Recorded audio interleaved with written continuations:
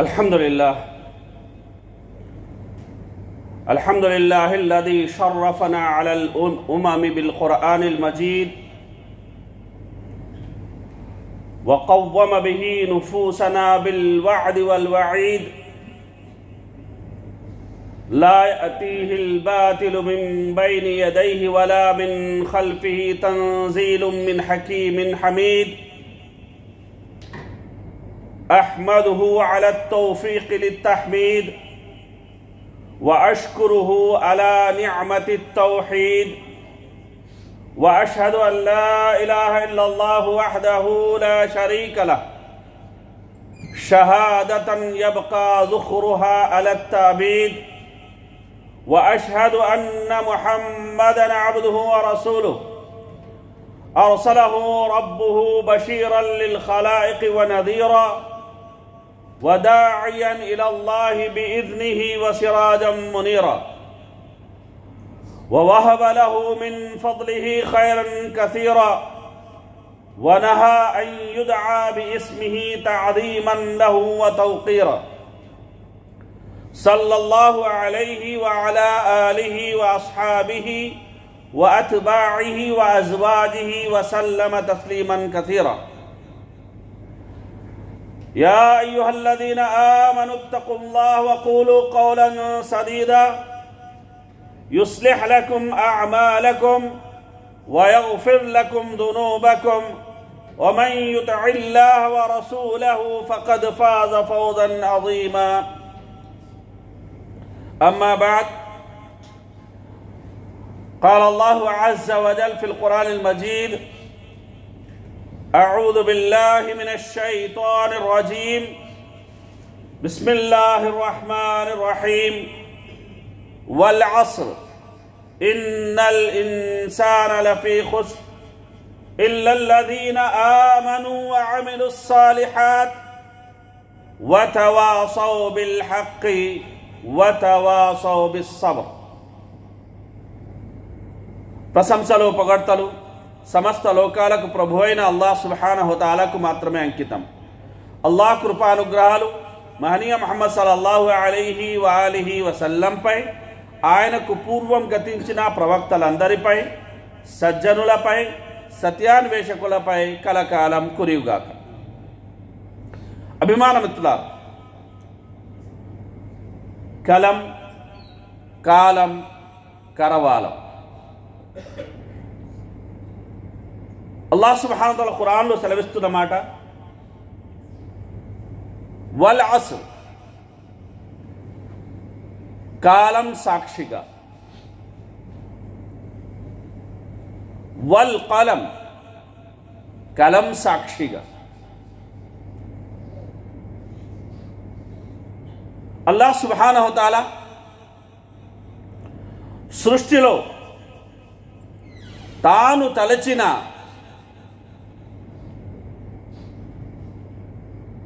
సృష్టితాల ప్రమాణం, వాటి ప్రాధాన్యతను తెలియజేసే నిమిత్తం చెయ్యగలడు. అయితే మనిషి చేసే ప్రమాణం మాత్రం అల్లాహ్ మీద మాత్రమే చెయ్యాలి, అన్యుల మీద ప్రమాణం చెయ్యకూడదు. అభిమాన మిత్రులారా,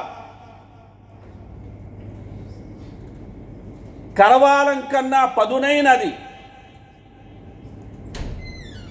కలం, గన్ను కన్నా శక్తివంతమైనది పెన్ను.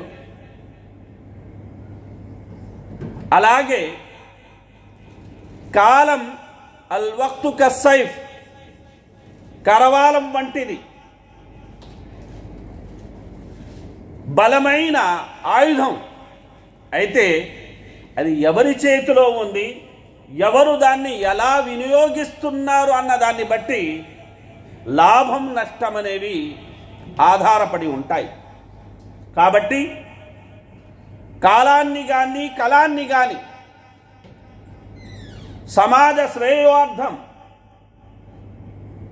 లోక శాంతి కోసం, మానవ అభ్యుదయం కోసం, అభివృద్ధి కోసం, ప్రగతి కోసం మనిషి ఉపయోగించాలి.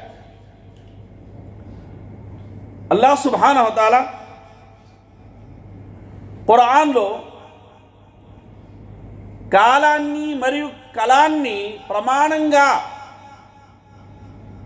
చేసుకున్నాడు. కాలం రేయింబవళ్ళ చక్రభ్రమణం.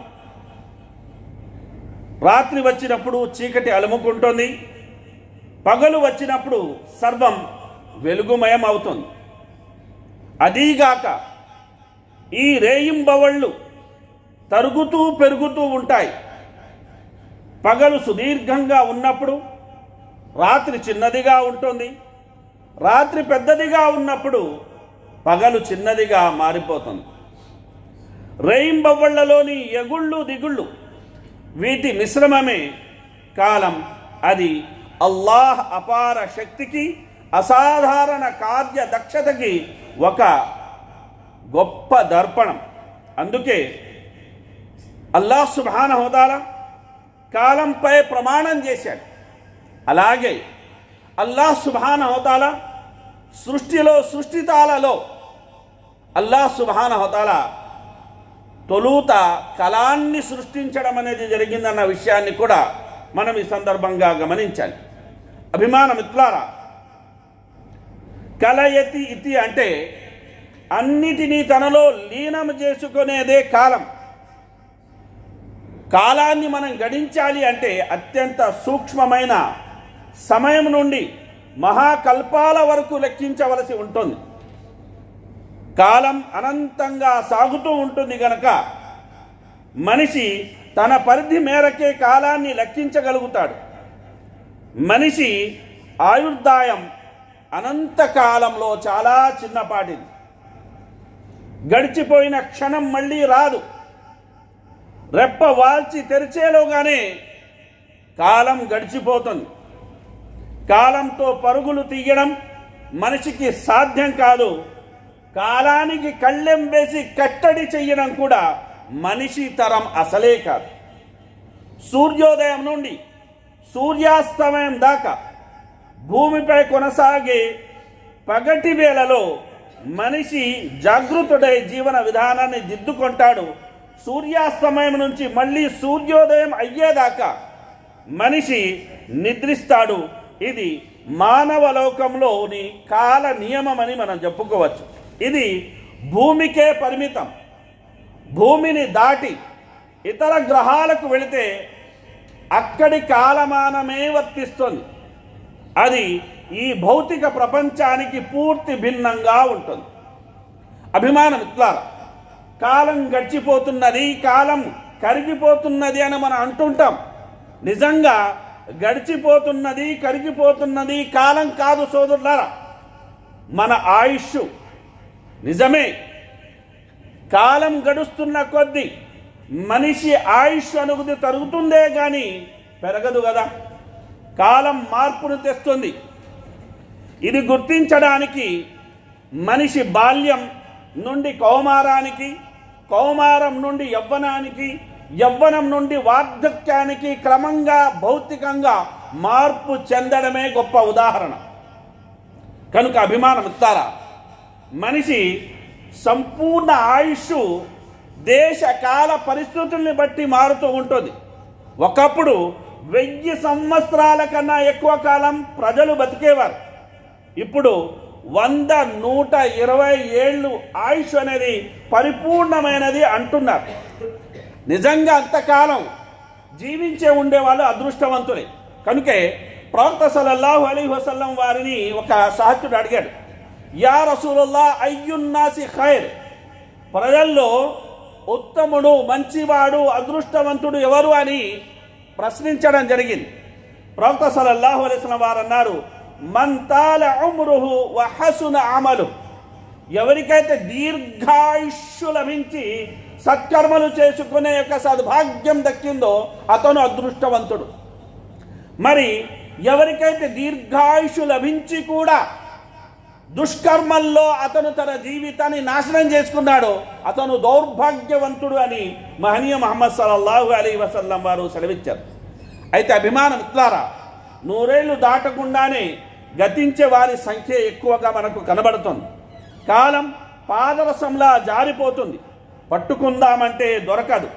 కాలం కర్పూరంలా కాలిపోతుంది. కనుమరుగైన తర్వాత చింతించడం వల్ల ఎలాంటి లాభం లేదు. మనిషి తన కంటికి ఎదురుగా ఉన్న వర్తమాన కాలం విలువ అనేది గుర్తించాలి. మంచి పనులలో ముందుకు సాగాలి. ప్రతి క్షణాన్ని అమూల్య ధనంగా చూడాలి. వ్యర్థంగా కాలాన్ని గడిపితే సంపదలు చేజారుకోక తప్పదు. కృషి చేసేవారికి కాలం ఎంతో విలువైనది. సోమరులకు కాలం విలువ లేనిదిగా కనబడుతుంది. మంచి పనులు చేసేవారికి 24 గంటలు కూడా అవసరమే. అభిమానం ఇట్లారా, టెక్నాలజీ మన బలం కావాలి, బలహీనతగా మార్చకూడదు. మనల్ని చూస్తే గర్వంగా ఉంటుంది. ఎప్పుడు కొత్త ఆవిష్కరణలు మనం చేసినప్పుడు మనల్ని చూస్తే భయంగానే మనకు ఉంటుంది. ఎందుకంటే వాటిని దుర్వినియోగపరుస్తాము కనుక కాలం మనల్ని హెచ్చరిస్తుంది, చురుకలు పెడుతుంది. కనుక ఈరోజు టెక్నాలజీ అనేది చాలా అభివృద్ధి చెందింది. ప్రతి వ్యక్తి యొక్క చేతిలోనూ టెక్నాలజీ అనేది చేరింది. అయితే ఈ టెక్నాలజీ వల్ల జరిగే లాభాల కన్నా నష్టాలే అనేవి ఎక్కువగా జరుగుతున్నాయన్న విషయాన్ని మనం ఈ సందర్భంగా గమనించాలి. కనుక అభిమానం ఇట్లారా, ఈ సాంకేతికత అనేది పడకూడని చేతుల్లో పడుతోంది, పక్కదారులు పడుతోంది, కౌమారాన్ని మింగేస్తుంది, కాపురాల్ని కూల్చేస్తుంది, అమాయకుల కష్టార్జితాన్ని ఇట్టే సహా చేసేస్తుంది. కనుక అభిమానం ఇట్లారా, కాలం అమూల్యం. మనం వేచి ఉన్నప్పుడు సమయం నెమ్మదిగా ఉంటుంది. మనం ఆలస్యమైనప్పుడు సమయం వేగంగా ఉంటుంది. మనం విచారంగా ఉన్నప్పుడు సమయం ప్రాణాంతకంగా మారుతుంది. మనం సంతోషంగా ఉన్నప్పుడు సమయం తక్కువగా ఉంటుంది. మనం బాధలో ఉన్నప్పుడు సమయం అంతులేనిదిగా అగుపడుతుంది. మనం విసుగు అనిపించినప్పుడు సమయం చాలా ఎక్కువగా అనిపిస్తుంది. ప్రతిసారి సమయం మన భావాల ద్వారా నిర్ణయించబడుతుంది. కనుక ఇలా కాదు, మన మానసిక స్థితి కేవలం గడియారాల ద్వారా నిర్ణయించుకోకూడదు. ఘడియలు, శుభ ఘడియలు, లగ్నాలు, రోజులు, వీటిని మనం ఎత్తి పొడవకూడదు. వీటిని తప్పుగా ఎంచకూడదు. నిజంగా చెప్పాలంటే ఆనందించడం, సంతోషంగా జీవించడం, సంతృప్తిగా తనువు చాలించడం ఎలాగో మనం నేర్చుకోవాలి. అది కాలం మన దగ్గర ఉన్నప్పుడే జరగాలి. కనుక అభిమానం ఉత్తారా, సూరతుల్ అస్ర్లో 2వ విషయం ఏదైతే ఉందో అందులో అల్లాహ్ సుబ్హానహు వ తఆలా అంటున్నాడు, నిశ్చయంగా మానవుడు నష్టంలో పడి ఉన్నాడు. అభిమానం ఉత్తారా, మనిషి కష్ట నష్టాలు అనేవి స్పష్టమే. అతడు బతికి ఉన్నంత కాలం అహోరాత్రు నిరంతరం అతను పరిశ్రమిస్తూనే ఉంటాడు. కూటికి లేనివాడు కడుపు నింపుకునే నిమిత్తం వెళ్ళి కష్టపడుతుంటాడు. అదే కడుపు నిండినోడు తిన్నది అరగడానికి జిమ్కెళ్ళి కష్టపడుతుంటాడు. అయితే కష్టం అనేది అందరికీ సామాన్యమే. కనుక అభిమానం ద్వారా గమనించాల్సిన విషయం ఏమిటంటే, అల్లాహ్ సుబ్హానహు వ తఆలా ఖురాన్లో సెలవిస్తున్న మాట, యౌమ తఅతి కుల్లు నఫ్సిన్ తుజాదిలు అన్ నఫ్సిహా వ తువఫా కుల్లు నఫ్సిన్ మా అమిలత్ వ హుమ్ లా యుజ్లమూన్. మానవులంతా తమను తాము కాపాడుకునే ప్రయత్నంలో మునిగి ఉండే ప్రళయ దినాన ప్రతి మనిషికి అతను చేసుకున్న కర్మలకు పూర్తి ప్రతిఫలం లభిస్తుంది. ఎవరికి అలాంటి అన్యాయం జరగదు. అభిమానం ఇట్లారా, ఇబ్ను తైమియా రహమహుల్లాహ్ గారు సెలవిచ్చిన మాట, మనిషి అనేది శరీరం మరియు ఆత్మ కలిసిన సమాహారము. కానీ శరీరం కంటే ఆత్మ ద్వారానే అతనికి అసలైన గుర్తింపు అనేది ఉంటుంది. ఎందుకంటే ఆత్మ ఉంటేనే మనిషి, లేదంటే శవం కదండి. శరీరం అనేది ఆత్మకు వాహనం లాంటిది అన్నారు.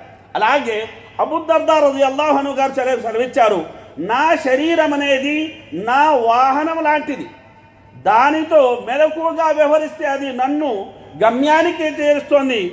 నేను దానితో మెలకువగా వ్యవహరించకపోతే అది నన్ను దారి తప్పిస్తుంది, గమ్యాన్ని చేర్చదు అని ఆయన సెలవిచ్చారు. కనుక అభిమానం ఇట్లా అబ్దుల్లాహ్ బిన్ అబ్బాస్ రలియల్లాహు అన్హు గారు ఈ ఆయత గురించి తెలియజేస్తూ, ప్రళయ దినాన ప్రజల మధ్య తగాదాలు ఆగవు, పరస్పరం వారు గొడవపడుతూనే ఉంటారు. చివరికి ఆత్మ మరియు దేహం, శరీరం కూడా పరస్పరం అనేది నిందించుకుంటాయి. ఆత్మ మరియు శరీరం కూడా నిందించుకుంటాయి. ఆత్మ అల్లాహ్తో ఇలా విన్నవించుకుంటుంది, ప్రభువా నువ్వే నన్ను సృష్టించావు, కానీ నాకు ఏమీ చేయగల శక్తి లేదు, పట్టుకునేందుకు చెయ్యి లేదు, నడవడానికి కాడు లేదు, చూడడానికి కన్ను లేదు, వినడానికి చెవి లేదు, ఆలోచించడానికి బుద్ధి లేదు. నేను ఈ శరీరంలో ప్రవేశించిన తర్వాతే ఇవన్నీ జరిగాయి, ఇవన్నీ నాకు లభించాయి. కాబట్టి శిక్ష మొత్తం ఈ శరీరం మీదే పెట్టు, నన్ను మాత్రం రక్షించు అంటుంది ఆత్మ. మరి శరీరం తన ఆవేదన ఇలా నివేదించుకుంటుంది, ప్రభువా నువ్వే నన్ను నీ చేతులతో అందంగా మలిచావు, నేను కట్టెలాగానే ఉండేదానను, చేయి ఉండేది కానీ పట్టుకోలేను, కాలు ఉంది కానీ నడవలేను, కన్ను ఉంది కానీ చూడలేను, చెవి ఉంది కానీ వినలేను. ఈ ఆత్మ ప్రకాశ కిరణముల వచ్చి నాలో ప్రవేశించింది, దానివల్లే నా నాలుక మాట్లాడింది, నా కళ్ళు చూశాయి, నా కాళ్ళు నడిచాయి, నా చెవులు విన్నాయి. కాబట్టి శిక్ష మొత్తం దీనిపైనే పట్టు, నన్ను మాత్రం రక్షించు అని దేహం శరీరం అంటుంది. అప్పుడు అల్లాహ్ సుబ్హానహు తఆలా ఆ రెంటికి ఒక ఉపమానం అనేది అల్లాహ్ సుబ్హానహు తఆలా ఇస్తాడు. ఏమంటాడంటే, ఒక కురుడు అంటే కళ్ళు లేని కబోది, ఒక కురుడు మరియు ఒక కాళ్ళు లేని అవిటివాడు ఒక తోటలో ప్రవేశించారు. తోట వారిది కాదు. ఆ తోటలో పండ్లున్నాయి. కురుడు వాడిని చూడలేదు, కాళ్ళు లేని వాడు వాటిని అందుకోలేదు. సమస్య చూస్తున్నారా? కాళ్ళు లేని వాడు కురుడిని పిలిచి చెప్పాడు, నువ్వు నీ భుజాలపై మోసి నన్ను తీసుకెళ్ళు, నేను పండ్లు తింటాను, నీకు తినిపిస్తాను. కాబట్టి కురుడు అతన్ని మోసి తీసుకెళ్లారు, ఇద్దరు పండ్లు తిన్నారు. ఇప్పుడు శిక్ష ఎవరికి? ఇద్దరికి శిక్ష కదండి. అదేవిధంగా మన దేహము కానీ మన ఆత్మ కానీ దీన్ని గనక మనం సరిగ్గా ఉపయోగించుకోకపోతే ఘోరంగా నష్టపోతాము. ఆ నష్టం ఎలా ఉంటుంది అంటే, తీరా చేతులు కాలాక ఆకులు పట్టుకోవడం వంటిదే ఉంటుంది. అలాగే విమానం ఇట్లా సూరతుల్ అస్ర్ 4 లక్ష్యాలు అనేవి మన ముందర పెడుతుంది. అందులో ప్రథమమైనది ఏమిటంటే విశ్వాసము. కనుక అభిమానం ఇట్లారా, విశ్వాస భాగ్యం లభించడం అనేది మహా అదృష్టంతో కూడుకున్న విషయం. ఎందుకంటే ప్రవక్తలకు కుమారులకే ఈ అదృష్టం లభించలేదు, ప్రవక్తల భార్యలకే ఈ యొక్క అదృష్టం లభించలేదు, ప్రవక్తల బాబాయిలకే ఈ అదృష్టం లభించలేదు, ప్రవక్తల వంశీయులకే ఈ అదృష్టం లభించలేదు. అలాంటి భాగ్యం అల్లాహ్ సుబ్హానహు తఆలా విశ్వాస భాగ్యం మనకు ప్రసాదించాడు. అంటే దానికి గాను మనం ఆనందించాలి. వినయంతో విధేయతతో అల్లాహ్ సుబ్హానహు తఆలా ఆదేశాలకు అనుగుణంగా జీవించే ప్రయత్నం అనేది చెయ్యాలి. కనుక అభిమానం ద్వారా ఈమాన్ అంటే ఫరాయిజ్, షరాయ్, హుదూద్, సునన్ అన్నిటి మేలు కరక. ఫరాయిజ్ అంటే అల్లాహ్ విధిగావించబడిన విషయాలు, షరాయ్ అంటే అకీదాకి సంబంధించిన విషయాలు, హుదూద్ అంటే అల్లాహ్ సుబ్హానహు తఆలా కేటాయించిన సరిహద్దులు, నిషేధించిన విషయాలు. అలాగే సునన్ అంటే ప్రవక్త సల్లల్లాహు అలైహి వసల్లం వారి సాంప్రదాయాలు. వీటన్నిటిని ఎవరైతే పూర్తిగా పాటిస్తారో వారు సంపూర్ణ విశ్వాసం కలిగినట్టు. మరెవరైతే వీటిని పాటించారో వారి విశ్వాసం అనేది పరిపూర్ణం కాదు. కనుక అభిమానం ఇట్లారా, ఇక్కడ ఒక విషయం అనేది మనం తెలుసుకోవాలి. అదేమిటంటే, మనం అల్లాహ్ సుబ్హానహు తఆలా దాసులం. నిజంగా దాసోహం అన్న దాంట్లో అహం ఉంది. అంటే అహం అంటే నేను, నన్ను నేను నీ దాసునిగా సమర్పించుకుంటున్నాను, నాకు నేనుగా నీ ముందర నేను లొంగిపోతున్నాను అని అనగలగడం, దాని ప్రకారం జీవించగలగడం అనేది చాలా ఛాలెంజ్తో కూడుకున్న విషయం. ఎందుకంటే చెప్పేంత సులువైనది కాదు ఇది. అల్లాహ్ సుబ్హానహు తఆలా ఖురాన్లో సెలవిచ్చాడు, ఇద్ ఖాల లహు రబ్బుహు అస్లిమ్ ఖాల అస్లమ్తు లిరబ్బిల్ ఆలమీన్. ఎప్పుడెప్పుడు అల్లాహ్ సుబ్హానహు తఆలా ఇబ్రాహీం అలైహిస్సలాంని ఉద్దేశించి నిన్ను నువ్వు అల్లాహ్కు సమర్పించుకో అని చెప్పగా, ఆయన అప్పుడప్పుడు నన్ను నేను బేషరతుగా నిన్ను సమర్పించుకుంటున్నాను అని ఆయన ఎంతో సవినయంగా తెలియజేశారు. అలాగే అల్లాహ్ సుబ్హానహు తఆలా ఉద్ఖులు ఫిస్సిల్మి కాఫా, ఈ సమర్పణ విషయంలో మీరు పరిపూర్ణత సాధించాలి అంటున్నాడు అల్లాహ్ సుబ్హానహు తఆలా. కనుక అభిమానం ఇట్లా మన విశ్వాసాల ద్వారా, మన ఆరాధన ద్వారా ఇన్న సలాతి వ నుసుకి వ మహయాయ వ మమాతి లిల్లాహి రబ్బిల్ ఆలమీన్, నా యొక్క నమాజు కానీ, నా యొక్క ఉపాసన రీతులు కానీ, నా జీవితం కానీ, నా మరణం కానీ సకల లోకాలకు ప్రభువైన అల్లాహ్ సుబ్హానహు తఆలాకు మాత్రమే అంకితమని అనగలిగే స్థాయికి మనం వెళ్ళగలగాలి సోదరులారా. కనుక ఈ విషయాన్ని మనం ముడివేసి పెట్టుకోవాలి. అయితే అహంకారం అనేది బండరాయిలా ఎప్పటికప్పుడు అడ్డుపడుతూ అడ్డుదిడ్డమైన యొక్క గడ్డిని తినిపించి చాప కింద నీరులా తెలియకుండానే తడిగట్టి పడగొట్టడానికి ప్రయత్నిస్తూనే ఉంటుంది.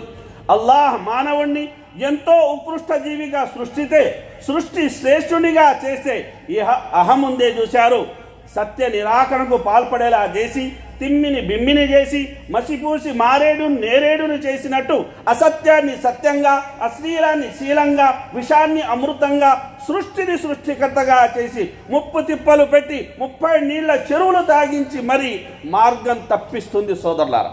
కనుక ఈ అహం నుండి మనం జాగ్రత్తగా ఉండాలి. ఇక రెండవ లక్ష్యాన్ని మనం తీసుకున్నట్లయితే అదే సత్కార్యాలు చేసిన వారు తప్ప అని అల్లాహ్ సుబ్హానహు తఆలా అంటాడు. అంటే ఈమాన్ ఉండి సత్కార్యాలు చెయ్యాలి. కనుక అభిమానం మిత్రులారా గమనించాల్సిన విషయం ఏంటంటే ఎవరైనా సత్కార్యాలు చేయకపోయినా ఈమానికి జరిగే హాని ఏమీ లేదు అని చెబితే అది నిజంగా స్పష్టమైన మార్గభ్రష్టత్వం. కొందరంటారు అల్లాహ్ ఆజ్ఞలు విధించాడు కానీ వాటిని చెయ్యమని ఉద్దేశం కాదు, చేస్తే మంచిదే కానీ చెయ్యకపోతే జరిగే నష్టమేమీ లేదు అంటారు. ఇది అతి పెద్ద యొక్క తప్పిదం అన్న విషయాన్ని మనం ఈ సందర్భంగా గమనించాలి. ఎందుకంటే జ్ఞానం సత్కార్యం అనేది విడదీయరాని సంబంధం కలిగినవి, అవిభాజ్యాలు, వాటిని విడదీయలేం. ఒకటి లేకపోతే మరొకటి పూర్తిగా లేనట్టే. అందువల్ల జ్ఞానం లేకుండా చేసే క్రియలు క్రైస్తవ సోదరులను పోలి ఉంటాయి. కనుక అల్లాహ్ సుబ్హానహు వలద్దాలీన్ అన్నాడు. అల్లాహ్ వారిని మార్గం తప్పిపోయిన వారన్నారు. ఎందుకు? ఆచరణ ఉంది కానీ వారిలో జ్ఞానం లేదు. మరి జ్ఞానం ఉండి ఆచరించని వారిని అల్లాహ్ ఆగ్రహించాడు, వారే యూదు. కనుక అభిమానం ద్వారా జ్ఞానం ఆచరణ అనేది 2 అవిభాజ్యాలు. ఇక సత్కార్యం అంటే ఏమిటండి? సత్కార్యం అంటే అల్లాహ్ సుబ్హానహు తఆలా సంతోషించే క్రియ. కనుక ఇబ్ను ఉసైమీన్ రహిమహుల్లాహ్ గారు సెలవిచ్చిన మాట, అల్లాహ్ను ఆయన ఆజ్ఞలను తెలుసుకోవడం ద్వారా వచ్చే ఈమాన్ ప్రకారం చేసే పనులే సత్కార్యాలు. అంటే అల్లాహ్ ఆజ్ఞలకు లోబడి ఆయన నిషేధాలకు దూరంగా ఉంటూ చేసే ఆరాధన. వీటిలో వ్యక్తిగత ఆరాధన అంటే నమాజ్, ఉపవాసం, హజ్ వంటివి ఉన్నాయి. సామాజిక ప్రయోజనాలు చేకూర్చే ఆరాధన మనం తీసుకున్నట్టే మంచి పని చెయ్యమని ఆదేశించడం, చెడుని వారించడం, అలాగే అన్నదానాలు చేపట్టడం, అనాథల సంరక్షణ, నిరుపేదల ఆదరణ, అల్లాహ్ మార్గంలో ప్రాణాలొడ్డి పోరాడడం, ఇవన్నీ సామాజిక ఆరాధనలుగా పేర్కొనడం జరిగింది. అయితే ఈ యొక్క సత్కార్యాలు స్వీకరించబడాలి అంటే దానికి అల్లాహ్ తరపు నుంచి ప్రామాణికత ఉండాలి. రెండవది ఆ సత్కార్యాలు ప్రవక్త ముహమ్మద్ సల్లల్లాహు అలైహి వసల్లం వారి సున్నత్కి అనుగుణంగా ఉంటేనే స్వీకరించబడతాయి. మూడవ లక్ష్యాన్ని మనం తీసుకున్నట్లయితే పరస్పరం సత్యం గురించి ఉపదేశించుకోవడం అని చెప్పడం జరిగింది. కనుక ఇలా ఉపదేశించుకునే వారే త్రోవ మీద ఉంటారు, ధర్మ మార్గం మీద ఉంటారు, నష్టం నుండి కాపాడబడతారు. కనుక అభిమానం ద్వారా ముస్లిములైన మనం వండొకరి శ్రేయాన్ని కోరి వండొకరి మేలును కోరాలి, మంచిని వారికి బోధించాలి, సత్యబోధ అనేది చేస్తూ ఉండాలి. అదేవిధంగా ధర్మ ప్రచారం కోసం కూడా మనం కంకణం కట్టుకోవాలి. ప్రవక్త సల్లల్లాహు అలైహి వసల్లం వారు అన్నారు, నీ మూలంగా ఒకే ఒక్క వ్యక్తి ధర్మాన్ని తెలుసుకొని దారి మీదికి వచ్చాడు అంటే అది అనేక ఎర్ర వంటల కన్నా నీకు ఎంతో మేలైనది అని ప్రవక్త సల్లల్లాహు అలైహి వసల్లం వారు సెలవిచ్చారు. కనుక ఈ విషయాన్ని కూడా మనం దృష్టిలో పెట్టుకోవాలి. ఇక అభిమానం ద్వారా నాలుగవది ఏమిటంటే సహన బోధన. అంటే ధర్మబోధలో మామూలు ఖుతుబా కూడా ఉంది, రచనలు ఉన్నాయి, ఇలాంటివన్నీ ఉన్నాయి. ఇక సహన బోధన చేసుకునేవారు వతవాసౌ బిస్సబ్ర్. అభిమానం ద్వారా సహన బోధన అనేది ఏ విషయంలో అవసరం అంటే నమాజు చదవాలి అన్న విషయంలో సహన బోధన అవసరం, పాపాలకు దూరంగా ఉండాలి అన్న విషయంలో సహన బోధన అవసరం, అలాగే కష్టాలు మన జీవితంలో వచ్చి పడినప్పుడు సహన బోధన అనేది అవసరం. ఉదాహరణకు సహన బోధన మనం ఎలా చేసుకోవాలి అనే విషయాన్ని తీసుకుంటే ఒక వ్యక్తి ఫజర్ నమాజ్కి లేవడం లేదు, లేవయ్యా అంటే నిద్ర ముంచుకొస్తుంది అంటున్నాడు. మరి ఏం చేయాలి మనం? అయ్యా సహనం పాటించు, సంయమనం పాటించు, ముందు కాస్త కష్టంగానే ఉంటుంది, తర్వాత సులభమైపోతుంది, ధైర్యం చెయ్యి అని ప్రోత్సహించాలి. ఇది సహన బోధ. అలాగే ఒక వ్యక్తి పాపం చెయ్యాలనుకుంటున్నాడు, మరి అతని స్నేహితుడు అతనేమనాలి? సహనం పాటించు, సంయమనాన్ని పాటించు, ఈ పాపం చెయ్యకు, జాగ్రత్తగా ఉండు, ఇన్షాల్లా అల్లాహ్ సుబ్హానహు తఆలా దీనికి ఖచ్చితంగా గొప్ప ప్రతిఫలాన్ని ప్రసాదిస్తాడు, నీకు ఉపశమనాన్ని కూడా కల్పిస్తాడు, గొప్ప యొక్క కీర్తిని అల్లాహ్ నీకు ప్రసాదిస్తాడు అని ధైర్యాన్ని చెప్పాలి, సహన బోధన చెయ్యాలి. అలాగే ఒక వ్యక్తి తనని ఎవరో బాధిస్తున్నారని, కష్టపెడుతున్నారని, తను వెంబడిస్తున్నారని, వేటాడుతున్నారని, ఇలా రకరకాలుగా ఆవేదనలు వ్యక్తపరుస్తున్న భయాలు అనేది తెలియజేస్తున్నారు. అతనితో అతని స్నేహితుడు ఏమనాలని? కలత చెందకు, ఖేదపడకు, భయపడకు, అల్లాహ్ మనతో ఉన్నాడు. పరిస్థితులు ఎప్పుడూ ఇలానే ఉండవు. ఖచ్చితంగా ఈ యొక్క కాలంలో, ఈ క్రమంలో ఈ ఎగుళ్ళు దిగుళ్ళనే వస్తూ ఉంటాయి. ప్రస్తుతమునక ఈ భయాందోళన స్థితిని అల్లాహ్ సుబ్హానహు తఆలా శాంతియుత వాతావరణంగా మారుస్తాడు. కనుక సహనాన్ని పాటించు, సంయమనాన్ని పాటించు.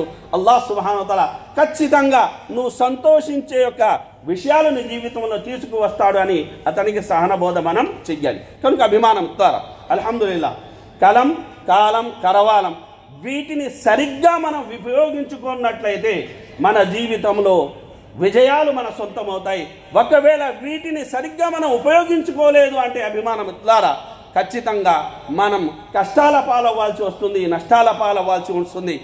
వాటి నుండి కాపాడే అద్భుతమైన సూత్రాన్ని సూరతుల్ అస్ర్ ద్వారా మీ ముందర పెట్టడం జరిగింది. అల్లాహ్ సుబ్హానహు తఆలా అన్న విన్న విషయాలు మంచిని గ్రహించి వాటికి అనుగుణంగా నడుచుకునే సద్బుద్ధి, సద్భాగ్యాన్ని మనందరికీ ప్రసాదించుగాక.